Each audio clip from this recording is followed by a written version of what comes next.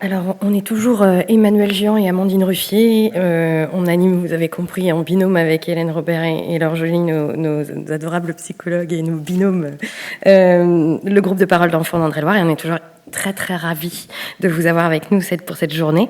Alors, quand on s'est dit, on va faire un topo pour dire ce que, voilà, qu'est-ce que ça nous a apporté, nous, dans notre pratique médicale? On a longuement réfléchi, comme d'habitude, présentation ultra-scientifique, tableau, articles, ça on sait faire, on maîtrise, on déroule, allons-y. Et puis, non, en fait, c'est pas ça qu'on a envie de vous raconter. Alors, en plus, comme on n'est pas dans un cadre thérapeutique, on sait qu'on a le droit de se livrer un petit peu. Donc, on s'est dit que, non, on s'était chacun lancé dans cette aventure avec l'inquiétude de mal faire. Est-ce qu'on est vraiment à notre place? Est-ce que on n'a pas vraiment eu de formation, le fameux syndrome de l'imposteur, ça c'est une spécialité. Et puis là on est quelques années plus tard, alors toi presque 10 ans, moi déjà 7, et puis en an en fait on est tous les deux convaincus que ce dispositif il doit se multiplier, alors celui-ci ou peut-être d'autres modalités, mais que c'est hyper important, que ça se prépare, que évidemment on peut aider, que ça se réfléchit, mais que bon sang c'est hyper important, que c'est important pour nos patients, c'est important pour leurs enfants, mais que pour nous aussi, en fait, ça a été hyper utile, que ça nous a fait évoluer dans nos pratiques médicales et que c'était vraiment important de pouvoir faire en sorte que on puisse partager ça avec vous et juste vous transmettre un témoignage de nos pratiques au quotidien, de ce qu'on a l'impression qu'a changé dans nos perceptions et ce qui fait que on a envie de vous en parler aujourd'hui et de faire des colloques et de vous inviter à passer la journée avec nous. Donc moi, je suis toujours Emmanuel Gian et je voulais juste vous dire, donc sur cette première diapo, pourquoi j'en suis venu à animer des groupes. Donc je suis hématologue. L'hématologie, comme vous savez, c'est donc la spécialité qui soigne les cancers du sang, en tout cas pour une grande partie de cette spécialité. Et on est dans le combat en hématologie parce qu'on sait qu'un grand nombre des patients, on peut les guérir, ou en tout cas obtenir des rémissions suffisamment prolongées pour que les gens, si vous me permettez l'expression, meurent d'autre chose. Voilà. Donc je suis aussi chef de service, je suis aussi enseignant à la fac de Tours et je salue les étudiants qui ont fait le déplacement pour venir nous rejoindre à ce colloque. Je suis aussi père de famille et donc comme je vous dis, je prends aussi la parole pour dire j'ai envie que d'autres endroits en France, des dispositifs comme celui-là donc puissent émerger. Donc moi, toujours Amandine Ruffier, ça va même pas changer. Moi, je suis donc en oncologie radiothérapie. Alors c'est aussi une spécialité hyper technique. J'ai pas tout à fait les mêmes ambitions forcément, même si je fais le maximum pour tous mes patients. C'est pas toujours aussi facile, voilà, et aussi bon que pour Emmanuel. Mais avec une spécialité du coup où on peut effectivement prendre en charge nos patients, que ça aille, que malheureusement il y ait des rechutes ou qu'on doive les accompagner pour les fins de vie, et un côté hyper technique. Probablement qui me permet moi aussi de temps en temps de prendre un peu de distance et de réfléchir différemment à la situation. Mais cette envie quand même de partage. Et au cours de... Voilà, j'ai rencontré moi aussi la maladie dans ma famille avec donc une cousine qui, à l'âge de 11 ans, au moment où j'étais étudiante en 3e année, a eu le diagnostic d'océosarcome, en partie traité à Trousseau et à l'Institut Curie. Et je suis allée et j'ai trouvé ça génial, la façon dont elle était accompagnée, prise en charge médicalement, mais surtout la façon dont on lui parlait, c'est-à-dire qu'elle avait 11 ans et on n'infantilisait pas la maladie, on lui parlait de choses graves et on en parlait de façon extrêmement juste. Et je me suis dit, en fait, moi, mes patients, je voudrais pouvoir leur parler, quel que soit le choix que je vais faire, je voudrais leur parler comme ça, je voudrais pouvoir voilà, qu'on ait cet échange-là et qu'on ait cette sincérité-là, et qu'on puisse avancer au fur et à mesure de l'histoire avec ces échanges possibles-là. Et puis du coup, évidemment, j'ai tout fait pour faire de la cancérologie. Donc voilà, je suis arrivée en onco-radiothérapie. Et puis je me suis dit, ouais, c'est hyper technique, mais moi je vais aller en soins palliatifs. Il y a une unité qui s'est montée à Luynes. J'ai envie de faire ça parce que médecine nucléaire, ça m'intéresse pas trop. Et je suis pas sûre que ce soit aussi pertinent. Et puis Noël en soins palliatifs, on a 3 jeunes mamans, on a 15 enfants en bas âge. Évidemment, les jeunes mamans décèdent. Et Laure, qui était donc ma psychologue... La psychologue de l'unité me dit, Amandine, il va falloir qu'on aille voir une maman à tumeur cérébrale, 4 enfants qui est décédée, et donc il faut qu'on accompagne les enfants, qu'on leur dise un petit mot avant d'aller les emmener dans la chambre avec leur papa. Et en fait, je m'assois et je sais pas pourquoi, il y a un petit temps d'attente, et il y a un des enfants qui s'assoit sur mes genoux, qui vient me voir et qui me dit, Amandine, tu sais, je crois que maman elle est morte à cause de moi. Ah bon, chérie, pourquoi tu penses ça? Alors je savais pas à l'époque que je renvoyais la question et que c'était pertinent, mais c'était... Oui, parce que j'ai appris aussi au contact de mes collègues psychologues. Et donc, pourquoi tu me dis ça? Et donc, il m'explique ce qu'on a dit tout à l'heure, c'est-à-dire qu'il a entendu sa maman lui dire qu'il avait mal à la tête, il faisait trop de bruit, qu'avec ses frangins, c'était l'enfer, et que ça allait finir par mal se passer, et que c'était compliqué. Et puis, évidemment, il a eu une tumeur cérébrale. Donc, c'est la tête, et puis, évidemment, elle est décédée. Donc, forcément, c'est lui. Le raccourci, il était assez vite fait. Et donc là, c'était juste de dire, non, chérie, moi, je suis sûre que c'est pas de ta faute. Je n'étais pas encore maman, mais je me suis dit que c'était pas si mal et que je devais me débrouiller avec ça. Et en fait, redire, il faut que faut que je lui explique simplement, mais lui dire que par contre, je suis persuadée que même si à un moment donné, il a pu penser ça, c'était pas lui. Et là, je me suis dit, faut que je travaille là-dedans parce que je pense qu'il y a quelque chose qui se joue là aussi. Donc, j'ai rencontré après le livre de Nicole Landry-Daté que j'ai lu parce que j'avais un petit travail à faire dessus. Puis après, je me suis dit, s'il y a un groupe de parole à Tours, on y va. Et quand Françoise a proposé effectivement à chercher quelqu'un pour prendre la place, c'était évident qu'il fallait que je rentre dedans, quoi. Donc du coup, ce que ça a changé finalement dans ma pratique, c'est que cette question des enfants, j'y ai été sensibilisé et j'ai tâché d'y sensibiliser aussi mes collègues en tant que référent de service, parce que souvent cette problématique-là ne fait pas partie du périmètre d'action des hématologues. On soigne la maladie, on donne la bonne chimio, le bon traitement, etc. Mais s'occuper des enfants du patient, c'est pas forcément dans les prérequis du traitement. Et donc, ça m'a permis de voir aussi qu'on sous-estimait souvent les enjeux psychologiques de nos prises en charge. Avec des attitudes qui étaient basées souvent sur l'évitement, donc j'évite d'en parler puisque je ne sais pas en parler. L'improvisation, on va me solliciter pour parler à des enfants, je vais essayer de faire ce que je peux avec ce que j'ai, voilà. Et puis l'ignorance des enjeux dont on a été extrêmement brillamment entretenu ce matin. Donc avec une formation donc sur le tas, avec beaucoup d'apprentissage, enfin peu d'apprentissage et beaucoup d'erreurs, donc apprentissage par essai et erreur des situations. Et donc, je me rappelle en particulier d'une situation dans laquelle la maman de 2 enfants m'avait demandé d'expliquer aux enfants que leur papa allait mourir. Donc là, on était vraiment dans une situation palliative terminale, et dans laquelle j'ai tâché de faire ce que je pouvais, un peu comme Amandine. Donc on avait pris un petit studio donc un peu cosy, avec un canapé, on s'était installé là avec la psychologue de pédiatrie, et puis, bien sûr, ils ont posé les questions cash. Est-ce qu'il va mourir, oui ou non? Bon. Et là, quand on dit un petit oui, en se disant mais qu'est-ce que je suis en train de faire, on tâche de le faire le plus intuitivement possible, tout en disant la vérité. Et donc, je suis sorti de là en me disant j'étais nul. Voilà. Plus jamais. Et puis donc la même psychologue me recontacte quelques semaines plus tard en disant, tu sais, on aimerait bien monter un groupe de parole pour enfants. Est-ce que tu veux faire partie du binôme animateur médecin-psychologue? Je dis, mais tu te rappelles la dernière fois, c'était une catastrophe. Elle me dit, non, tu leur as dit la vérité avec des mots gentils. Et là, du coup, je me suis dit, tiens, ok, si aussi nul que moi je pensais être, je peux être utile pour que cette vérité dont les enfants ont besoin leur puisse être apportée, je roule, voilà. Et donc c'est comme ça que le groupe que j'ai rejoint l'équipe qui voulait mettre en place le groupe de parole question d'enfants. Donc c'est une problématique qui existe dans la littérature. Donc là je prends un article de 2010. J'aime bien le titre qui dit Don't ignore the elephant in the room. Ça veut dire quand il y a un parent qui décède, en fait l'éléphant c'est l'enfant. C'est celui-là qui va falloir accompagner, en tout cas sans ignorer que toute la traversée de la maladie et qui malheureusement se termine par le décès, ça va avoir un impact colossal sur sa vie plus tard. Et donc ça, vous l'avez bien compris. D'où l'intérêt de l'évaluation systématique la question de la parentalité chez le patient parent, et puis de discuter en staff pluriprofessionnel, comme ça se fait dans les services de cancéro, de la parentalité de nos patients dans le cadre d'une prise en charge globale. Du coup, ce que ça change maintenant, c'est de se dire, on va poser la question aux patients, avez-vous des enfants?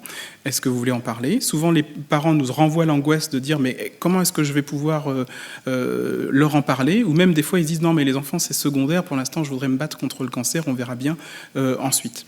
Et donc du coup nous avons un enjeu important qui est de les encourager à pouvoir annoncer eux-mêmes à leurs enfants ce qui se passe une fois qu'ils auront digéré l'information, comme ça a été dit tout à l'heure, de renforcer le fait que la dissimulation va être délétère, et que on l'a très bien entendu, les effets du mensonge ce matin, l'effet positif de la circulation de la parole, de l'adaptation à ce que l'enfant peut entendre. Donc on a parlé de la justesse et de la pudeur dans l'annonce, hein, et je crois que c'est extrêmement important de chercher cette justesse, parfois aussi dans la temporalité ou dans la progressivité de ce qu'on va expliquer à l'enfant.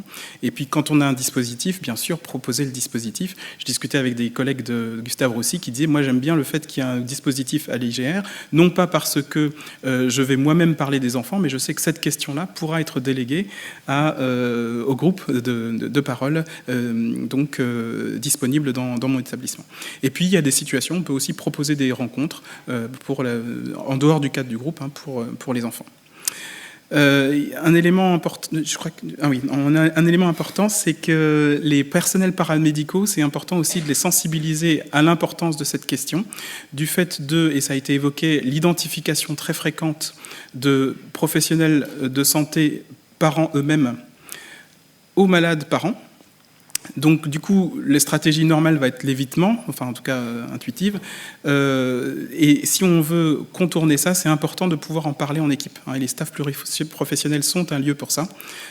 Éventuellement, des espaces de parole dédiés lorsque c'est nécessaire. L'écoute du patient, donc, va être important dans le sens de dire, alors, comment vont vos enfants, comment ça se passe à la maison, etc., de se sentir la liberté de le faire, d'en discuter collégialement avec les professionnels et de soutenir le projet parental des patients, hein, en leur proposant les accompagnements adaptés, qui la psychologue, qui l'assistante sociale, qui le groupe de parole, etc. Donc il s'agit d'un soutien dans le projet d'accompagnement familial.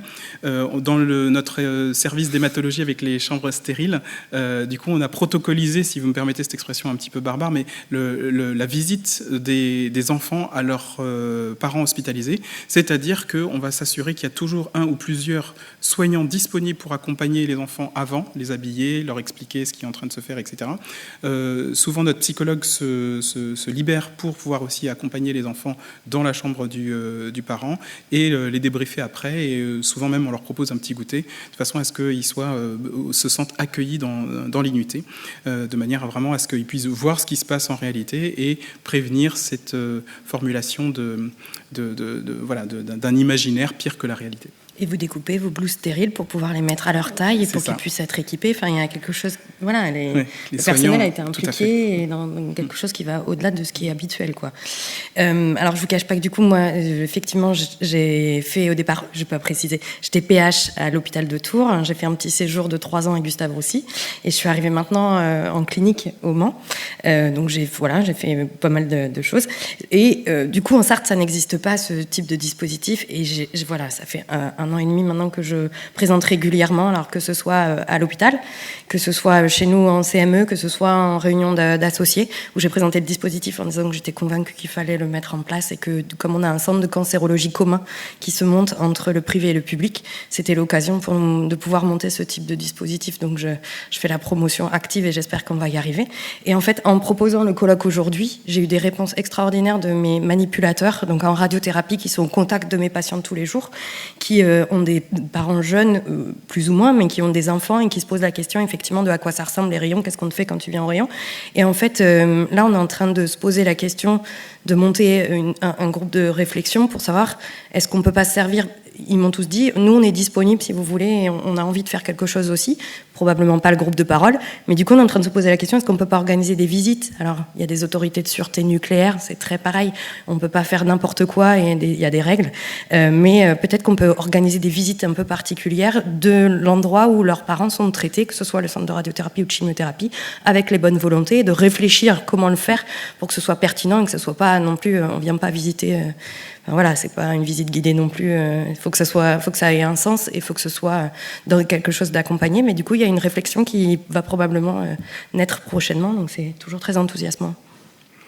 Juste un mot dans la littérature sur la problématique des personnels paramédicaux. Il y a une enquête qui avait été faite par des entretiens semi-structurés en hémato-gynéco et en réanimation neurologique pour demander aux soignants pourquoi ne parle-t-on pas de la problématique des enfants chez nos patients.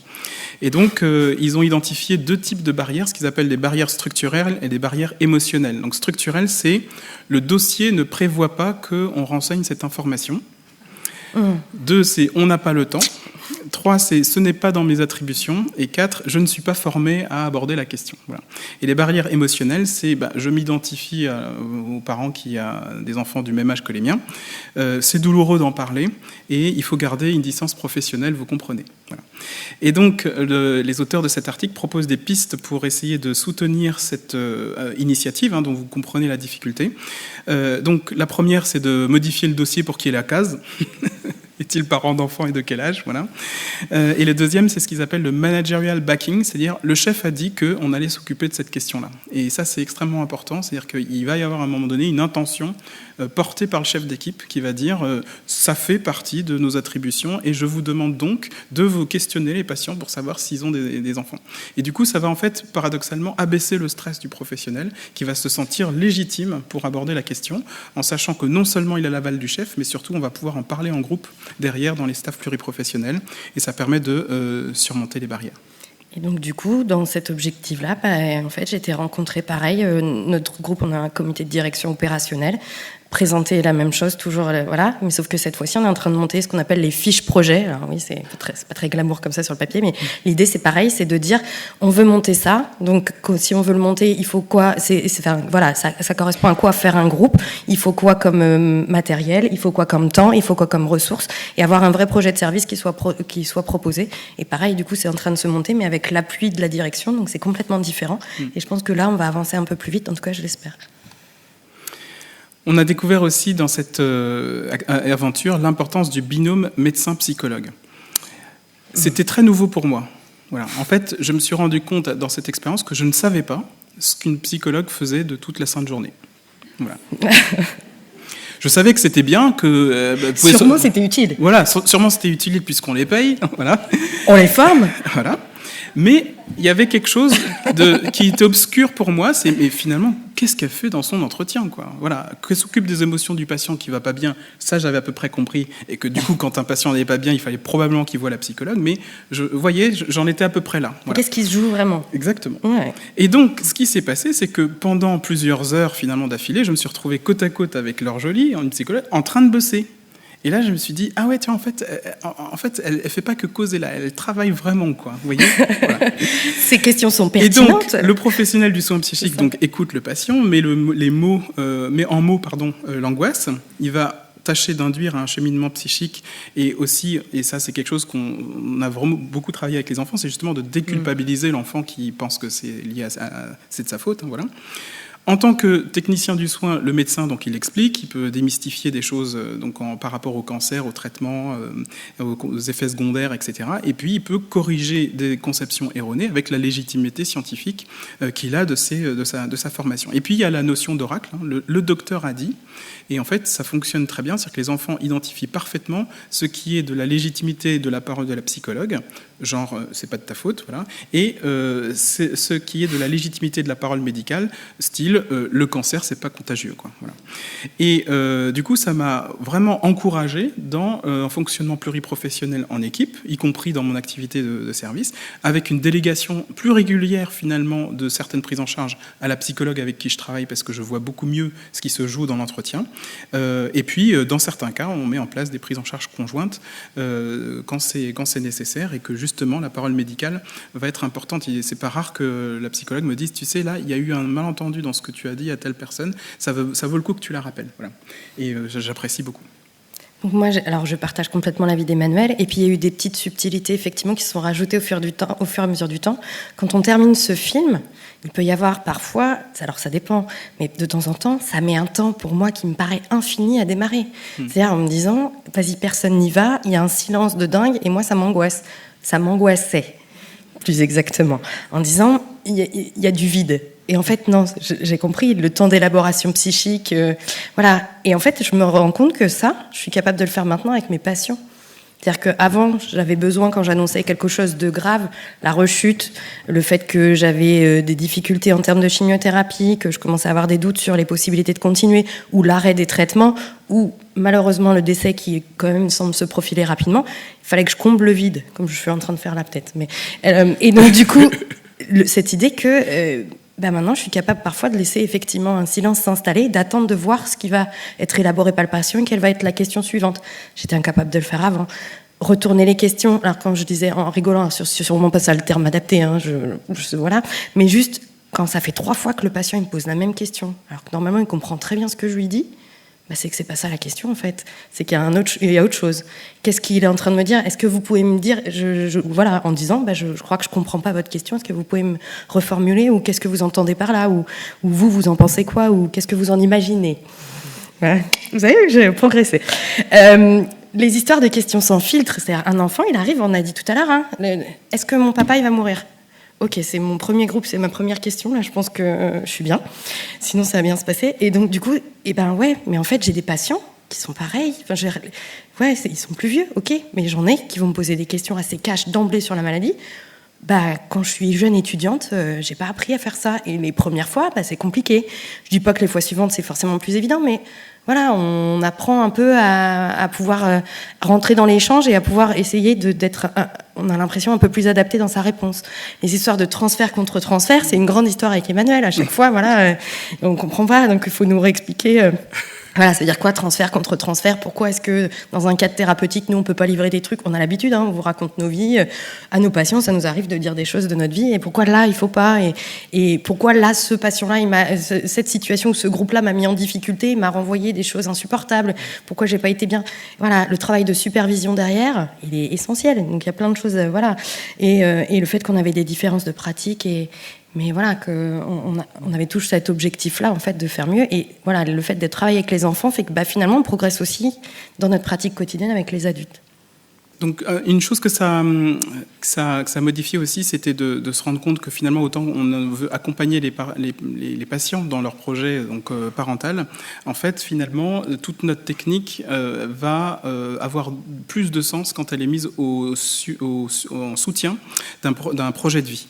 Et donc, du coup, questionner les patients sur quels sont vos projets, qu'est-ce qui est important, prioritaire, donc, comment est-ce qu'on peut arranger les traitements, les dates des hospitalisations de façon à faire en sorte que ce qui est important pour vous, ce soit ce que nous, en tant que techniciens, nous soutenions.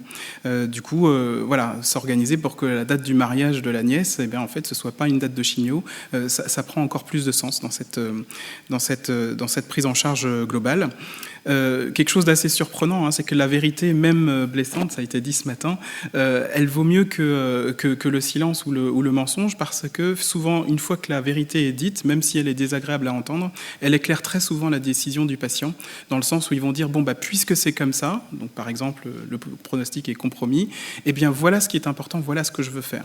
Et donc, ça demande souvent un peu de courage, de se dire, ok, c'est au médecin de parler, et le médecin va parler en disant les choses le plus humainement possible. Et puis, donc cette ambition-là, de mettre le soin au sujet d'un projet de vie, je pense que c'est quelque chose que, en tout cas, moi, je pense que c'est impossible de le faire tout seul.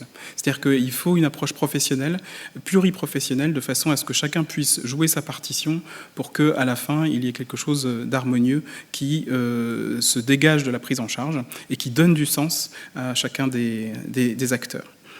Autre chose que j'ai trouvé extrêmement intéressant comme défi, c'était d'expliquer le cancer, les traitements à des enfants parfois aussi jeunes que 2 ans. Je me rappelle que 2 ans, on a eu un groupe comme ça avec trois enfants de 2 ans. Le film, ils sont passés à côté. Les entretiens, les questions, ça les saoulait. Et il n'y a qu'à un moment donné où j'ai eu l'idée de soigner le doudou. Et que, en fait, les 3 enfants, ils étaient 3, se sont retrouvés comme ça autour de mes genoux, et on a pu expliquer qu'une boule, on pouvait la retirer avec un bistouri ou avec des rayons ou avec des médicaments. Ça a duré à peu près 5 minutes, et le reste, je ne me rappelle plus ce qui s'est passé, mais on a géré. Je crois qu'on a goûté surtout. Mais ça avait du sens pour moi, parce que je me suis dit, en fait, on va essayer de rendre les choses simples. Rendre les choses simples, ça ne veut pas dire mentir, et ça veut dire justement ne pas masquer l'incertitude, d'apporter la vérité de façon progressive, de façon adaptée aux demandes et aux questions des enfants, toujours avec une volonté de bien les traiter, c'est les mots gentils dont on parlait tout à l'heure, en respectant les mécanismes de défense. Ça, c'est plus chez l'adulte, mais là, ça prend tout son sens de dire, il met en place un mécanisme de déni, on va le respecter, et on va se dire en équipe qu'on va le respecter. Valider l'émotion. Ça, c'est quelque chose qui n'était pas naturel pour moi, de dire je comprends que tu es triste. J'aurais plutôt eu envie de dire pleure pas, quoi, vous voyez. Mais en fait, si, ça va être important de rester en connexion avec cette émotion que je perçois. Et c'est valable pour tous les âges. Ce qui est valable pour les enfants, en fait, c'est valable très très bien pour les adultes aussi. Tu as le droit d'être en colère. Tu as le droit d'être en colère. Le patient, tout à fait. J'entends que vous êtes très en colère. J'imagine bien que c'est pas contre moi, mais contre la maladie. La possibilité de désamorcer un peu certaines situations. Absolument. Et puis ce cheminement-là, finalement, est un cheminement qui n'est pas terminé. Je prétends pas ici, juste parce que je suis un mètre plus haut que vous, dire que je sais faire. Non, je suis toujours en train d'apprendre à le faire. D'ailleurs, il y a plein de bonnes littératures là-dessus. Celui-là, je le trouve extrêmement accessible pour des médecins, en tout cas des non-psychologues, qui parlent donc de la communication non violente, dans lequel cette validation de l'émotion va être centrale dans la communication, notamment communication de crise, de conflit, mais aussi dans la maladie, c'est parfaitement adapté.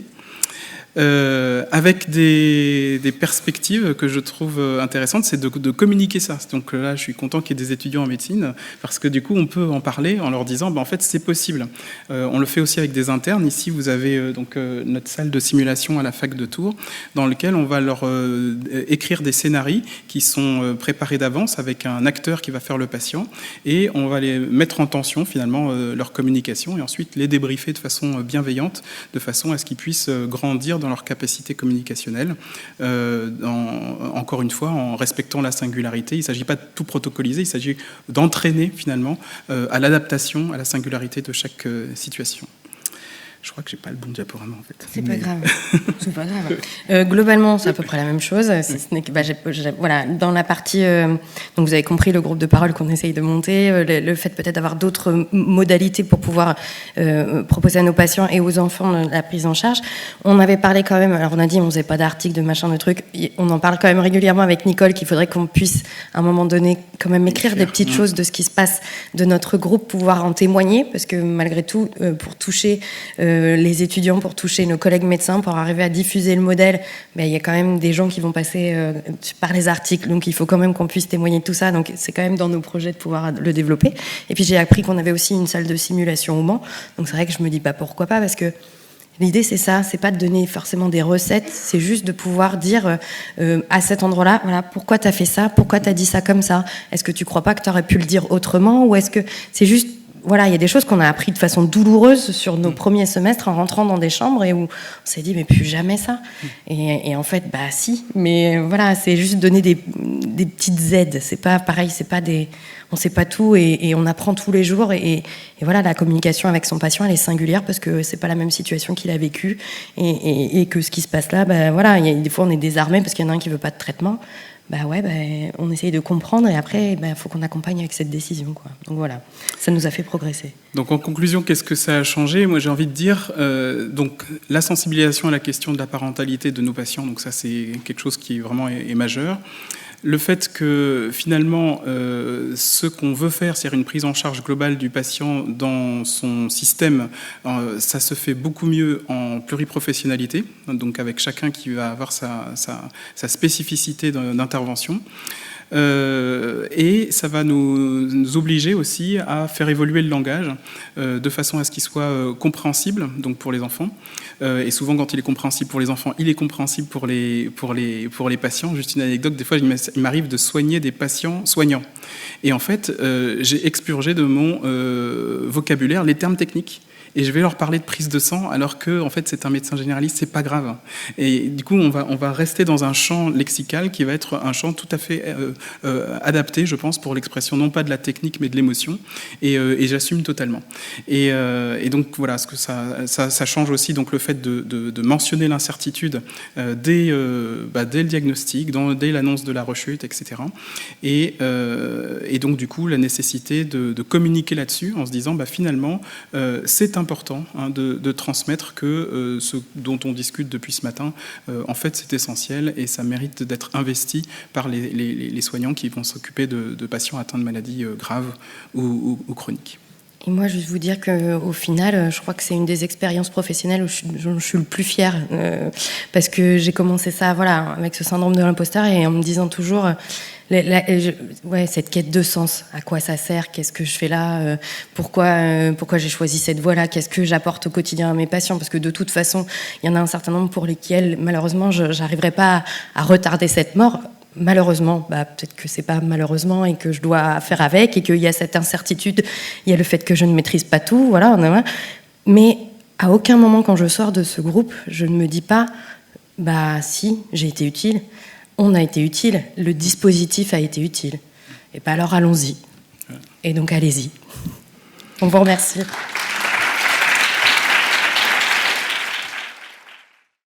C'est plus un commentaire qu'une question. Il y a 20 ans de ça, je me suis retrouvé oncopédiatre alors que j'avais fait que de l'adulte. Et mon premier constat, ça a été de dire, en fait, c'est pareil. Parler avec les enfants, parler avec les parents d'enfants ou parler avec des frères et sœurs, c'est toujours la même chose. Choisir les mots, choisir ses attitudes et répondre aux besoins. Et c'est juste pour dire deux choses. La première chose, c'est qu'il faut absolument former les futurs médecins à la communication. Je crois que c'est vraiment essentiel. Et la deuxième chose qui me rend un peu triste, c'est que je pense qu'en fait, on leur conseille pas assez les choses. Parce que je pense qu'il faut avoir certaines qualités intrinsèques, humaines, pour faire de la maladie chronique. Et que tout le monde n'est pas fait pour faire de la maladie chronique. Et je crois qu'il faut les aider pour choisir une spécialité qui corresponde à leurs qualités humaines et pas qu'on les mette en permanence en difficulté par rapport à ce qu'ils ont à vivre. Voilà, donc je crois vraiment que là, il y a beaucoup de choses à faire. Alors là, je suis totalement d'accord en tant qu'enseignant de la faculté de médecine. Je crois qu'on a peut-être un siècle de retard sur cette prise en compte. En fait, je crois que c'est la prise en compte de l'humanité du médecin ou du soignant. J'ai envie de dire, en fait, en conclusion, que finalement, en accompagnant les groupes d'enfants, je me sens plus humain. Voilà. Et il me semble que si on veut pouvoir tenir la route dans le soin de pathologies chroniques, c'est important de retrouver cette part d'humanité, en tout cas que les techniciens soient vraiment bien dans leur basket pour pouvoir travailler.